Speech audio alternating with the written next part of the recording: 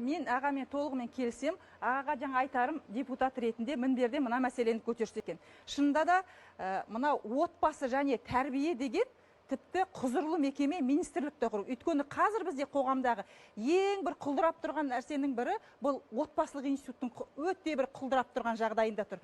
Бұл жаңағы адамгершілік құндылықтар, ажырасу дейміз, зорлық зомбылық әйелдер мен балаларға қатысты толып тұрған жаңағы тіпті мына жемқорлықтың өзі отбасылық тәрбиеден басылады.